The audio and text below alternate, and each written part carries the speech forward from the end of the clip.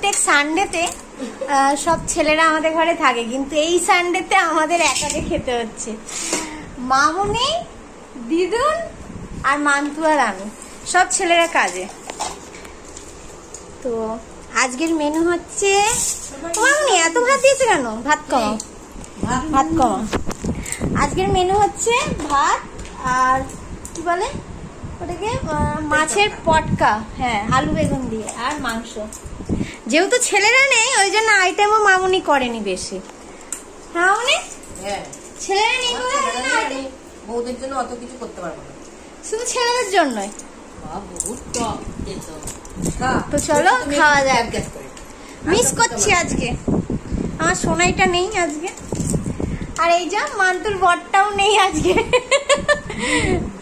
চলো খাওয়া যাক। দিদুন কিছু বলবে?